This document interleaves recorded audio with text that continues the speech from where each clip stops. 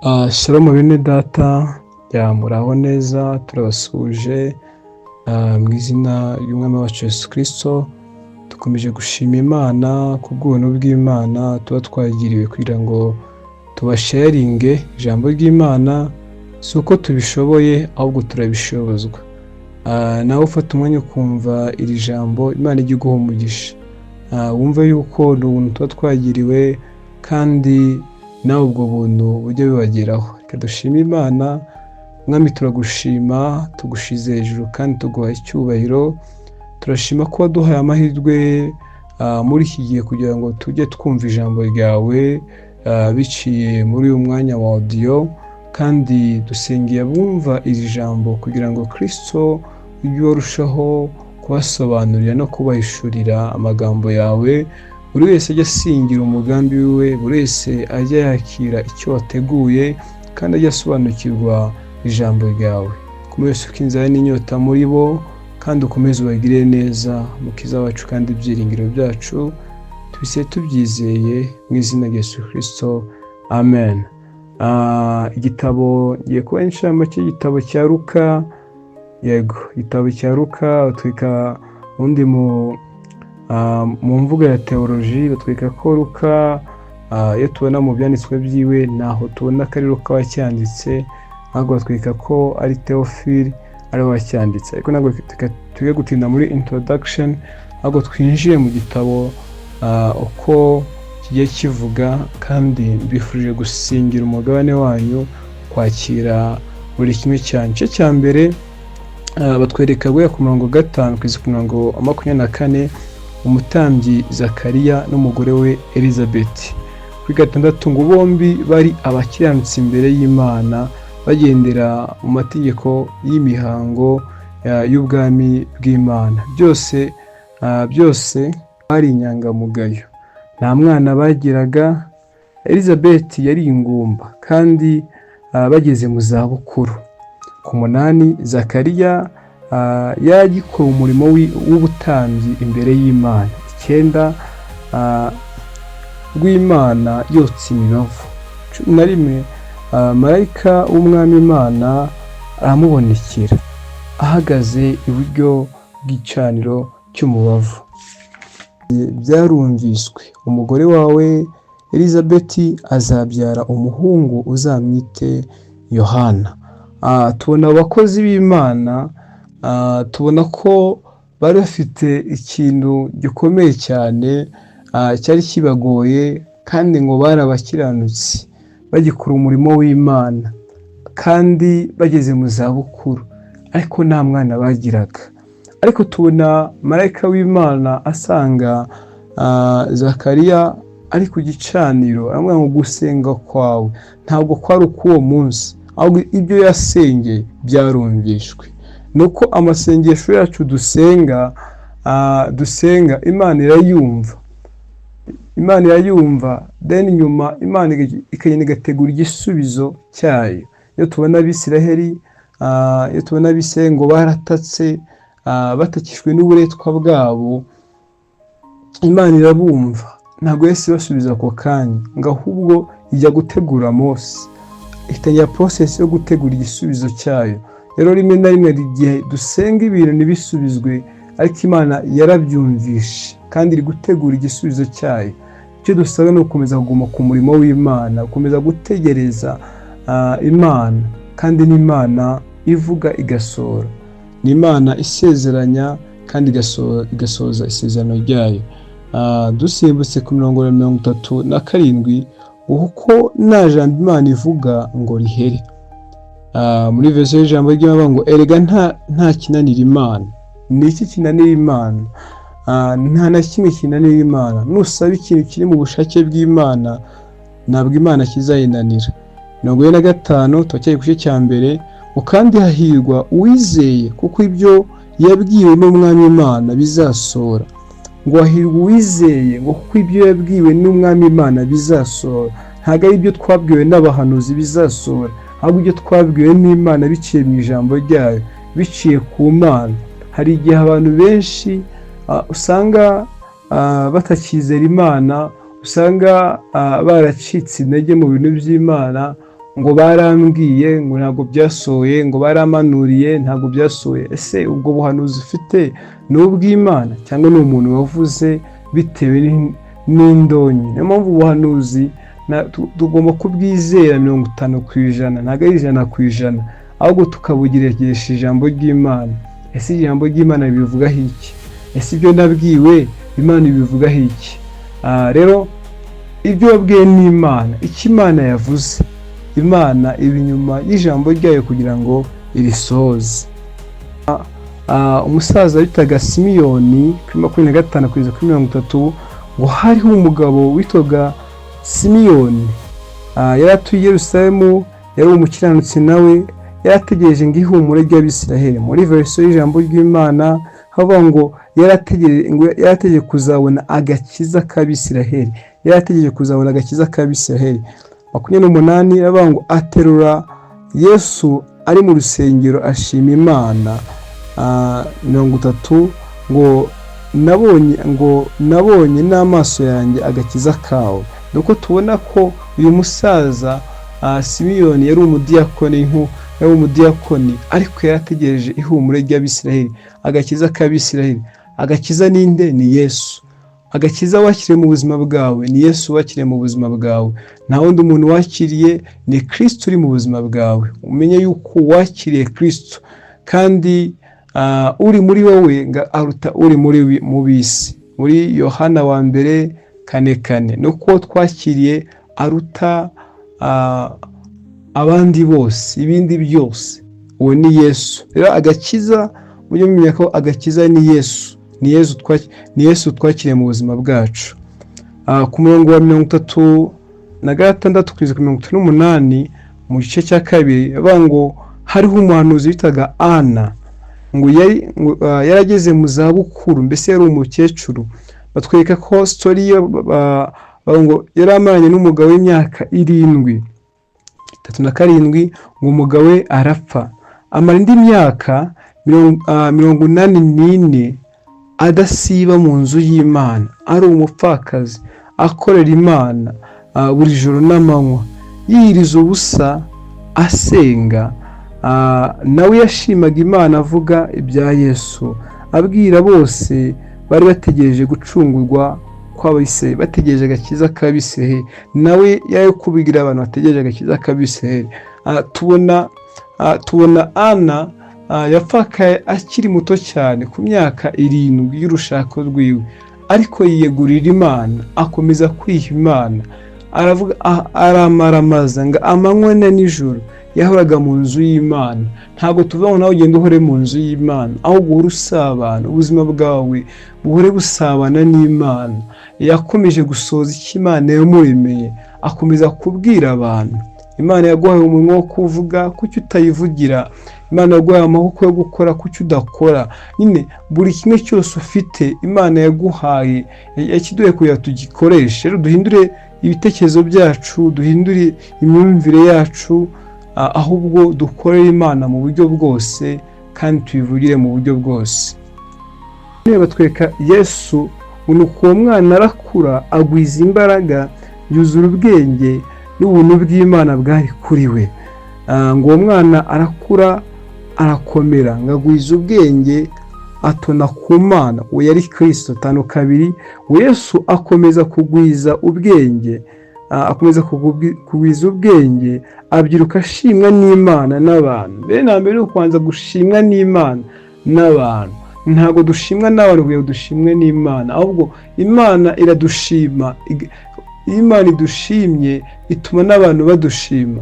Iyo favor y'Imana itugezeho n'abantu barabibona. Rero mbere na mbere mureke tuba dushimwe n'Imana, aho kugira ngo dukore dushimwe n'abantu. Twe duharanira gushimwa n'umuremyi wacu. Imana ibahe umugisha. Reka dukomeze ku gice cya 3, bizaga abantu umubatizo wo kwihana no kubabarira ibyaha. Yabwiza umubatizo wo kwihana ibyaha. Ku murongo wa 8, uko igiti cyera imbuto, ariko namwe mugira imigenzereze yerekana ko mwihanye. Nk'uko igiti cyera imbuto, natwe ariko tugira, mbese uko igiti cyera imbuto, natwe twereka imibereho yacu yerekane ko twihanye.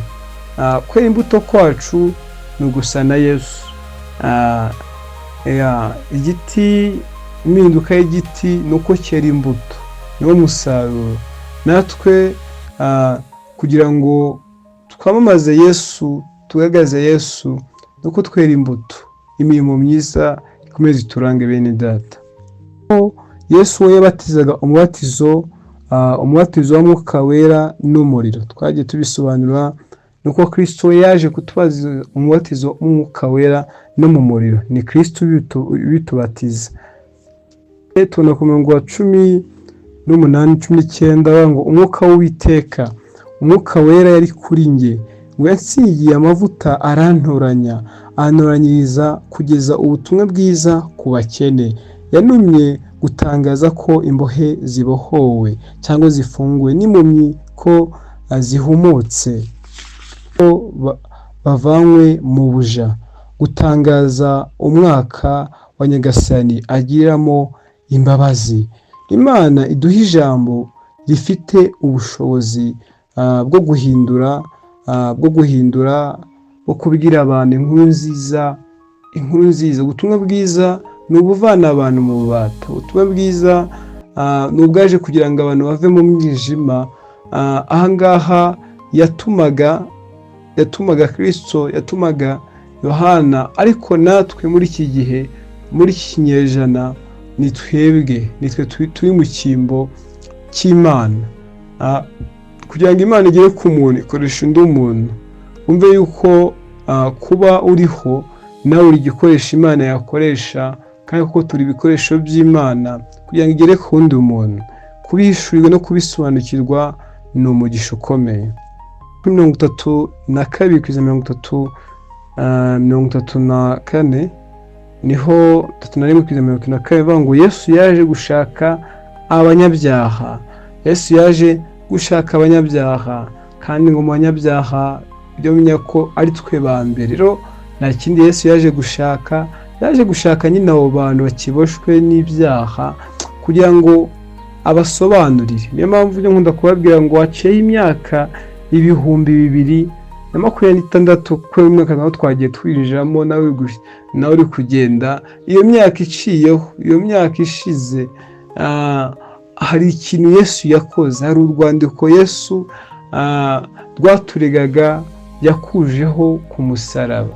Rero niyo mpamvu twebwe turi abambasaderi bamamaza iby'ubwami bw'Imana, tubwira abantu ko hari umudendezo, hari ikiguzi Kristo yishuye ku banyabyaha, kugira ngo abantu basingire uwo mudendezo. Ku gice cya 6 iravuga ngo umwigishwa ntaruta umwigisha, ngo ahubwo umwigishwa wese iyo atunganye rwose mu byo yigishijwe amera nk'umwigishwa we. Yavuga ngo umwigishwa ntaruta umwigisha, yavuga ngo umunyeshuri ntaruta umwarimu, ngo ahubwo umunyeshuri wese iyo atunganye mu byo mwarimu wamwigisha amera nka mwarimu wiwe.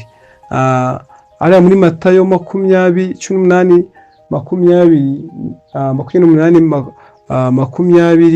niho Yesu avuga ngo mugende muhindure abantu, tuye twigisha abantu ngo gukurikiza ibyo natwe, mbese tubabwiriza ibyo natwe twakurikije. Tubwira abantu natwe ibyaduhinduye, ntabwo tubwira abantu bitaraduhindura. Ubutumwa bugira imbaraga, ubutumwa buhindura abantu ni ubwabuhinduye. Nubwira abantu ibyaguhinduye, nubwira abantu ibyahinduye ubuzima bwawe, bizabahindura. Ntabwo bizasaba kuvuga cyane, ahubwo ubwo butumwa buzaba ari ubutumwa bw'imbaraga. Rero kwigira kuri Kristo, tujyayo tugasa nawe. Umuntu mwiza atanga ibyiza bikuye mu butunzi bwe bwiza bwo mu mutima we, n'umuntu we atanga ibibi abikuye mu butunzi bwe bubi, kuko ibyuzuye umutima ari byo bisesekera ku munwa. Rero umuntu Yesu yavuga ngo abigishwa bamubaza ngo tuzamenyera kuki? Ku mbuto zabo, ku byo bavuga, ku byo bakora. Nuko ibyuzuye umuntu cyangwa ibyuzuye umutima nibyo bisesekara ku munwa. Umuntu mwiza ngatanga ibyiza bikuye mu butunzi bwe bwo mu mutima we. Ese abo mubana nabo ubutunzi bafite mu mitima yabo ni bwiza cyangwa ni ububi.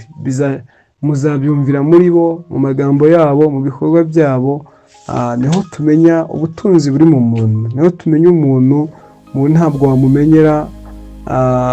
wamumenyera gusa mu bikorwa gusa, ahubwo no mu byo avuga binabigaragaza umuntu cyane. Igice cya 6 umurongo wa 47 kugeza 49 bavuga ngo 47 ngo umuntu wese uza aho ndi akumva amagambo yanjye akayakomeza ngo ndabereka uko asa. Umuntu uzi imbere y'Imana akumva ijambo ry'Imana akarifata akarikomeza nk'uko muri kumvira ijambo, nurifata ukarikomeza reka bibiri kwereka ukuntu uzasa. 48 avuga ngo ni nk'umuntu wagiye kubaka inzu agacukura cyane agatangira ku rutare, nuko igihe umugezi uruzura urukira kuri iyo nzu, ariko ntiyagwa kwinyeganyeza kuko yubatse hehe? Ku rutare, yubatse neza. 49 ariko uwumva ibyo mvuga ntabikurikize ngo yagereranywa n'umuntu wubatse inzu ku butaka nta rufatiro. Iyo imigezi yihuriyeho ako kanya iragwa, kandi kurimbuka kwayo kwabaye kubi. Ahangaha ni uwubatse kuri Yesu, uwubatse ku rutare. Bene data, igituma twese duhura n'ibibazo ariko ugasanga ibibazo bamwe byabagushije hasi, byatumye bakora ibyaha bimwe na bimwe, byatumye bava mu kwizera, nuko biba bigaragaza aho bubatse. Ariko uwubatse mu ijambo ry'Imana, uwubatse ku rutare rwa Yesu agakomeza agashikama, ntabwo tuvuga ngo kuba mu Mana nta bibazo bizatuzaho. Oya, turi mu isi yuzuyemo ibibazo, ngo dufashe igihe turi mu ntambara, ariko itandukaniro ry'abantu naho twubatse, naho dushinze, naho turiho. Mureke twubake kuri Yesu. Yesu niwe rutare twubakaho. Iyo ibibazo bije bidusiga dushikamye, biraza ariko bikadusiga dushikamye, ntabwo bidukura mu kwizera, ntabwo bidukura mu kumana. Hari abantu benshi bahura n'ibibazo ugasanga banga impamvu nasubiye mu byaha, nuko nahuye na kiriya kibazo gituma nsubira mu byaha. Oya, nta rwitwazo dufite imbere y'Imana. Mu Baroma 8:31 babona iki cyatandukanye n'urukundo rw'Imana. Ngase ngo ni Imana kandi ni Kristo wadupfiriye, ni Imana kandi ari yadukunze. Ese ni amakuba, ni ibyago, ni ukurenganwa? Niki cyadutandukanye n'uwo mwami wacu? Niki cyatuma udohoka mu kwizera kwawe? Niki cyatuma wongera ugasubira inyuma, ukava mu byo kwizera, ukava mu cyo wamaramajwe ngo sinzakora iki ngiki? Ese nuko wahuye n'ikibazo runaka? Rero itandukaniro naho twubatse. Wubatse kuki? 8 ngo Mariya witwaga Magadalena ngo yirukanwemo abadayimoni 7. Yirukanwemo abadayimoni 7. Bene data, isi y'umwijima iriho, ibiboha abantu birahari, kandi hari igisubizo, hari uwaje kutubohora. Rimwe na rimwe ari igihe tubona situasiyo imwe n'imwe tukagira ngo ni ibisanzwe, ntabwo aba ari ibisanzwe. Nubona umuntu akora ibintu bidasanzwe muri sosiyete, rimwe na rimwe atari uburwayi, ari igihe ababoshwe, kadusaba kugira ngo tumusengere, tumwereke Imana. Byaba na ngombwa kwifashisha abakozi b'Imana kugira ngo bagufashe gusenga. Hari umudendezo bene data, hari umudendezo w'abera urahari. Ntabwo iyo tuvuga ari ibyo tuvuga ngo twatumwe na pasiteri. Oya, tuvuga natwe ibyo twabonye, tuvuga ibyo twabonesheje amaso, nibwo buhamya tuvuga. Ntabwo tuvuga gusa ibindi biri mu kigare. Turi guhamya Kristo twabonye, tuduhanya imbaraga z'Imana twabonye, tuba duhamagara umudendezo wa Kristo twabonye mu buzima bwacu. Rero Yesu abasha kubohora. Ibiboha abantu bishobora kuba ari birenze urugero, ariko Imana irashoboye kandi ishoboye kubohora abantu, kuko nicyo cyazanye Yesu, ni ukugira ngo atange umudendezo. Umurongo wa 19 ngo dore nabahaye ubushobozi bwo kuribata inzoka kandi no gutsinda ububasha bwose bwa Satani, kandi nta kizagira icyo kibatwara. Ntabwo yaduhaye ubwenge, ariko icyo dushaka kuvuga ahangaha, yaduhaye gutsinda ubushobozi bwa Satani. Satani ni umwuka, Satani ni umuriganya. Iyo tubona ko yaje kwiba, kwica no kurimbura, nicyo cyamuzanye. Nta kindi cyamuzanye, ni ukwiba no kwica no kurimbura. Satani ni umuriganya, Satani ni umwuka, arariganya. Rero dufite ubushobozi bwo gutsinda Satani. Satani nta mbaraga agira, bene data. Satani icyo atsindisha abantu ni ukubariganya, kuko batabazi ukuri kw'ijambo ry'Imana, cyangwa batabazi uburenganzira bwabo. Mbese aho ni habibiri. Rero kumenya ukuri kw'ijambo ry'Imana, kumenya ukuri kw'Imana yavuze cyangwa kw'Imana yakoze, bizaguha gusingira, bizaguha ubutsinzi, bizaguha kunesha Satani. Nta kindi bene data, nta n'ikindi, ni ukumenya ijambo ry'Imana rikatubatura, tukamenya yuko dufite imbaraga. Uri muri twebwe aruta uri mu bisi. Yohana wa mbere 4:4 ngo uri muri mwebwe aruta uri mu bisi. Uwo wakiriye Kristo, wakiriye, niba utanamwakira, nyandikira inbox mbwira ngo sindakira Kristo, umwakire, nawe muri mwebwe uzatsinda, uzanesha. Wumve ko ufite umugabo ukomeye, wumve ko uri kumwe n'umuntu ukomeye, ari we Kristo. Ibya Igice cya 11 umurongo wa 39 kugeza kuri 42, ibya Marita na Mariya. 39, Mariya yari yicaye hafi y'ibirenge by'Umwami wacu Yesu, yumva ijambo rye. Ariko Marita yari yahagaritse umutima n'imirimo myinshi. Tubona ko iki gice batwereka abavandimwe babiri. Mariya yari yicaye iruhande rwa Kristo. Niki twigamo nuko Yesu avuga ngo Marita uriganyira wirusha muri byinshi, nyamara ikintu cyangombwa ni kimwe gusa. Mariya nicyo yahisemo, kandi nta cyamwambura icyo yahisemo. Muri aya magambo nuko tubona Mariya yitaga ku by'umwuka, ariko Marita yitaga ku by'umubiri. Ntabwo yatindaga ku ijambo ry'Imana. Marita ku ijambo Yesu yavugaga. Imana ibishaka ko twita ku magambo yayo. Mbere na mbere Imana iba Imana, ibindi bikurikiyeho. Ntabwo tuvuga ngo iby'umubiri n'ibihoya. Umuntu agizwe n'ibice bitatu, agizwe n'umwuka, ubugingo n'umubiri. Ntabwo tukoma gutinda mu by'umwuka gusa, oya, ahubwo n'iby'umubiri birakenewe, kandi dugomba no kubiharanira, kuko Imana twakurikiye ni umutunzi. Mpamvu abantu benshi usanga basebya Imana, nuko usanga bamwe bariyeguriye ibintu by'umwuka, ariko banabigeramo bakabigiramo n'ubujiji bwinshi. Ugasanga iby'umubiri bisanzwe ntabwo bakora, ni abanebwe, kandi Imana yabahaye imbaraga zo gukora. Imana izabatunga. Niyo mpamvu usanga nyine hajemo n'abatekamitwe benshi, ariko Imana itwubaka mu buryo butatu: mu mwuka, mu bugingo niyo amarangamutima, ubushake n'amahitamo n'ibitekerezo bikabihindura, bigahinduka bishikaduha ibitekerezo bisha, no mu mubiri ikaduha guhinduka mu mubiri, tukagira ibyo dukora, tukajya aho twivana n'aho twigeza. Ntabwo Imana iduhamagara, ariko umuntu avuga ngo Imana yaramamagaye, ukagira ngo Imana yamuhamagaye ngo ave mu byo akora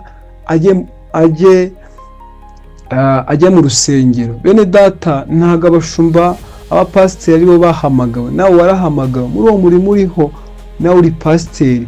Uwo murimo ukora naho Imana iguhamagariye. Iyo niyo posita yawe Imana iguhamagariyeho, kugira ngo wamamaze ubutumwa bwiza, kugira ngo ubwire abo bantu mukorana, abatekinisiye mukorana, aho mu igaraje ukorera, aho mu bushoferi ukorera, aho muri botike ukorera, aho mu gihugu cy'amahanga uri ukorera, mbese ahantu hose turi, ntukumve ko hari undi muntu uzaza ngo avuge ubutumwa bwiza. Ujya wumva yuko ni umwanya Imana yaguhaye, ni posita Imana yaguhaye kugira ngo wamamaze iby'Imana. Nta wundi muntu, ni wowe gusa.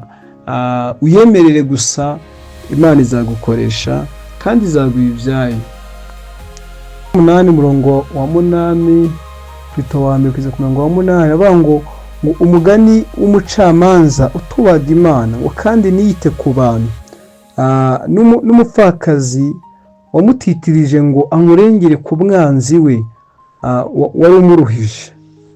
Umucamanza aribwira ati, umva ko tubona ko ahangaha ngo hari mu mudugudu umwe Yesu abaciye umugani ngo hariho umucamanza utubaga abantu, mbese ntabwo yitaga ku muntu kandi ntabwo yubahaga Imana. Ariko haza umupfakazi aramutitiriza ngo ndengera ku mwanzi wanjye.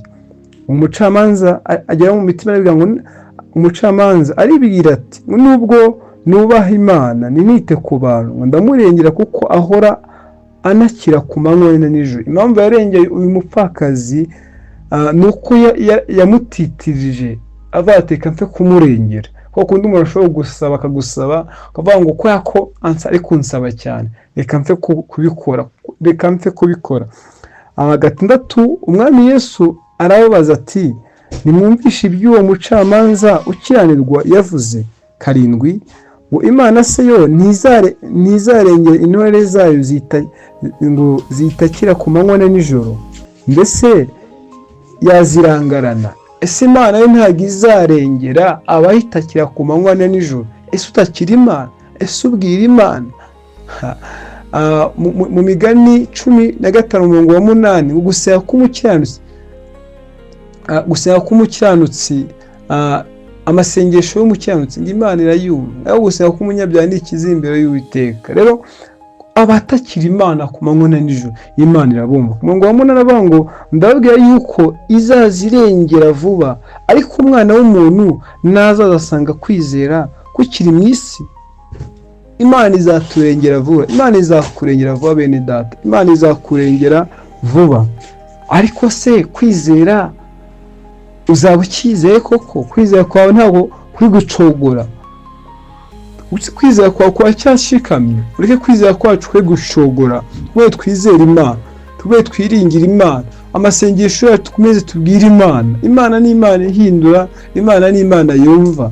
Ari ukuntu abantu bategereje igisubizo cy'Imana ariko ugasanga bayihaye umurongo wo gukora kw'Imana. Oya, wowe senyibona wubatse muri wowe, ahubwo wemerera Imana ikore mu buryo bwayo. Ari ukuntu abantu dusenga ariko tugashyiraho nuko Imana izasubiza. Oya, ntabwo Imana izasubiza mu buryo bwawe, Imana izasubiza mu buryo bw'Imana. Kuri 27 ngo ibidashobokera abantu bishobokera Imana, ibitagushobokeye ariko ku Mana birashoboka. Ibidashobokera abantu wumve yuko ku Mana bishoboka. Nta kinanira Imana, Imana yacu irashoboye. Bene data, iyo wizeye, iyo njye numva nizeye, Imana yanjye irashoboye. Ese we Imana wizeye irashoboye? Twizeye Imana tutazi. Niyo mpamvu gusoma ijambo ry'Imana, kuba mu ijambo ry'Imana bituma tumenya iyo twizeye, bigatuma dushikama tugakomera. Koko iyo tubona hariya mu Baroma 4:17 ngo Aburahamu ngo yari yizeye Imana izura abapfuye ibitariho nkaho biriho. Niyo mpamvu kwizera kutacogoye, ngo nubwo yabonaga Sara amaze gucura n'umuriro wa Aburahamu amaze gusaza, ngo ariko ntabwo kwizera ko kwize gucogora. Nuko yarazi Imana yizeye nubwo yari mu bigeragezo. Ese wowe wizeye wayize cyangwa uri mu kigare kugenda? Mbese oya, tureke kugenda mu kigare bene data, tuba abakristo tugenda mu kigare, ahubwo tuba abantu bazi ibyo twizeye kandi ibyo wizeye ibyo bihagararamo. Iyo umuntu yizeye ikintu, iyo umuntu azi ikintu ko ari ukuri, agihagararamo kugeza no ku munota wa nyuma. Apana kuba wa muntu ucapacapa nyine utazi ibyo uhagazemo, utazi aho uherereye, mureke tugire ahantu duherereye muri uyu mwaka. Ugire ahantu uherera, ugire nyine ahantu uhagarara ngo njye mpagaze aha ngaha niho nizeye, uko byagenda kose nizeye Imana. Tubona ibya Zakariya ku murongo wa 2 bango Yesu agera i Yeriko, arahanyura. Nuko hariho umuntu witwaga Zakariya, yari umukoresha w'ikoro mukuru kandi yari umutunzi, ashaka kureba Yesu ngo amenye uko asa, ariko ntiyabibasha kuko abantu bari benshi kandi ari mugufi. Arirukanka ajya imbere, yurira umuvumu ngo amurebe kuko yari agiye kunyuraho. Yesu ahageze ararama, aramubwira ati Zakayo, ngururuka vuba kuko uyu munsi nkwiye kuri ari wawe. Yiruka vuba amwakira anezerewe. Abantu babibonye barabyivovotera ngo dore agiye gucumbika ku munyabyaha. 8 maze Zakayo arahaguruka abwira umwami Yesu ati dore databuja, umugabane wa 2 w'ibintu byanjye ndawuha abakene, kandi umuntu wese nambuye ndabimuriha 4. Yesu aramubwira ati uyu munsi agakiza kaje mu nzu yawe kuko uri umwana wa Aburahamu. Tubona ibya Zakayo ngo yari umukoresha w'ikoro, yari umuntu ukuriye nk'imisoro, ariko yarakenye ikintu kimwe, yarakenye Kristo. Yesu yaramukenye mu buzima bwiwe, aravuga ngo uyu munsi nkwiriye kubona Yesu. Agenda yura igiti cy'umuvumu.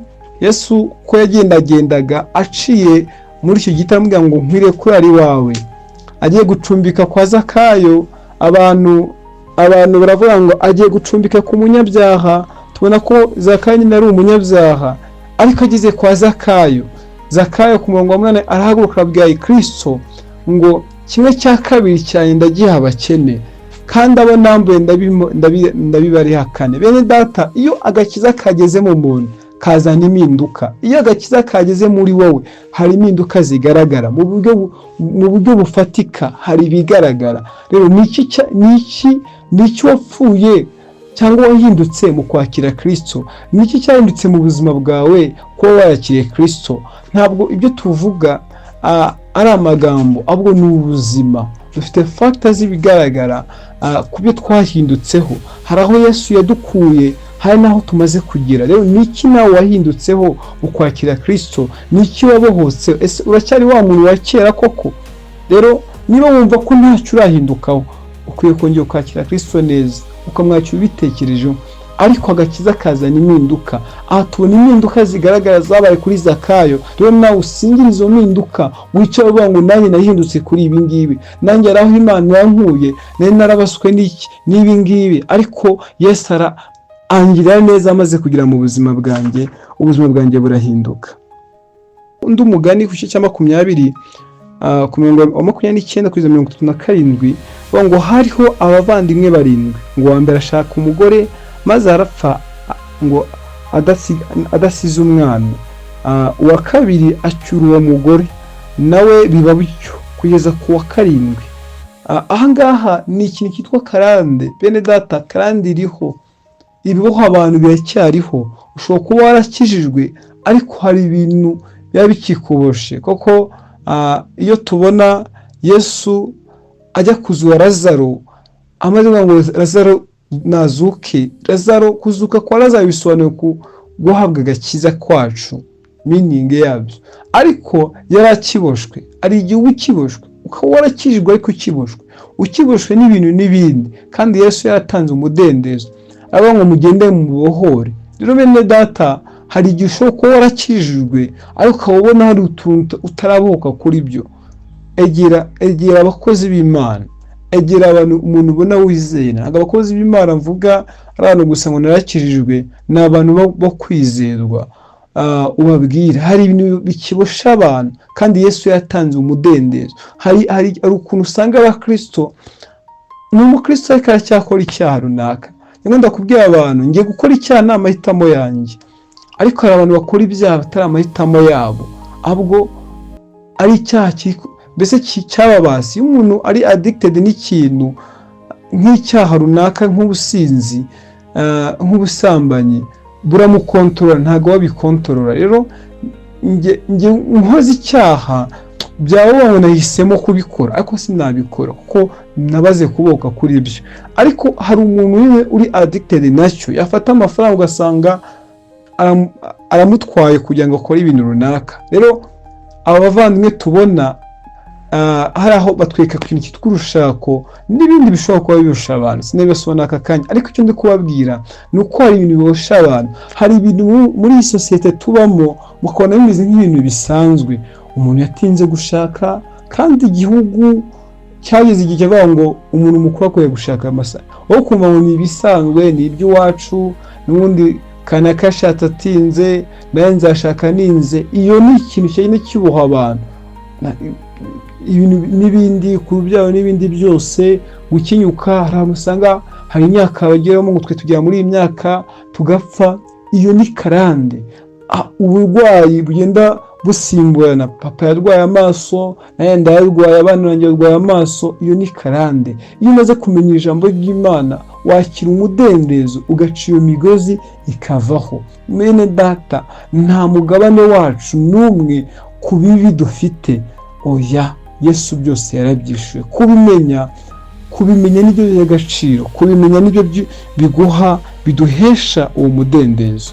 Rimwe umupfakazi w'umukene atura uduceri tubiri, Yesu abwira ngo ndababwira ukuri ngo arushije abandi gutura.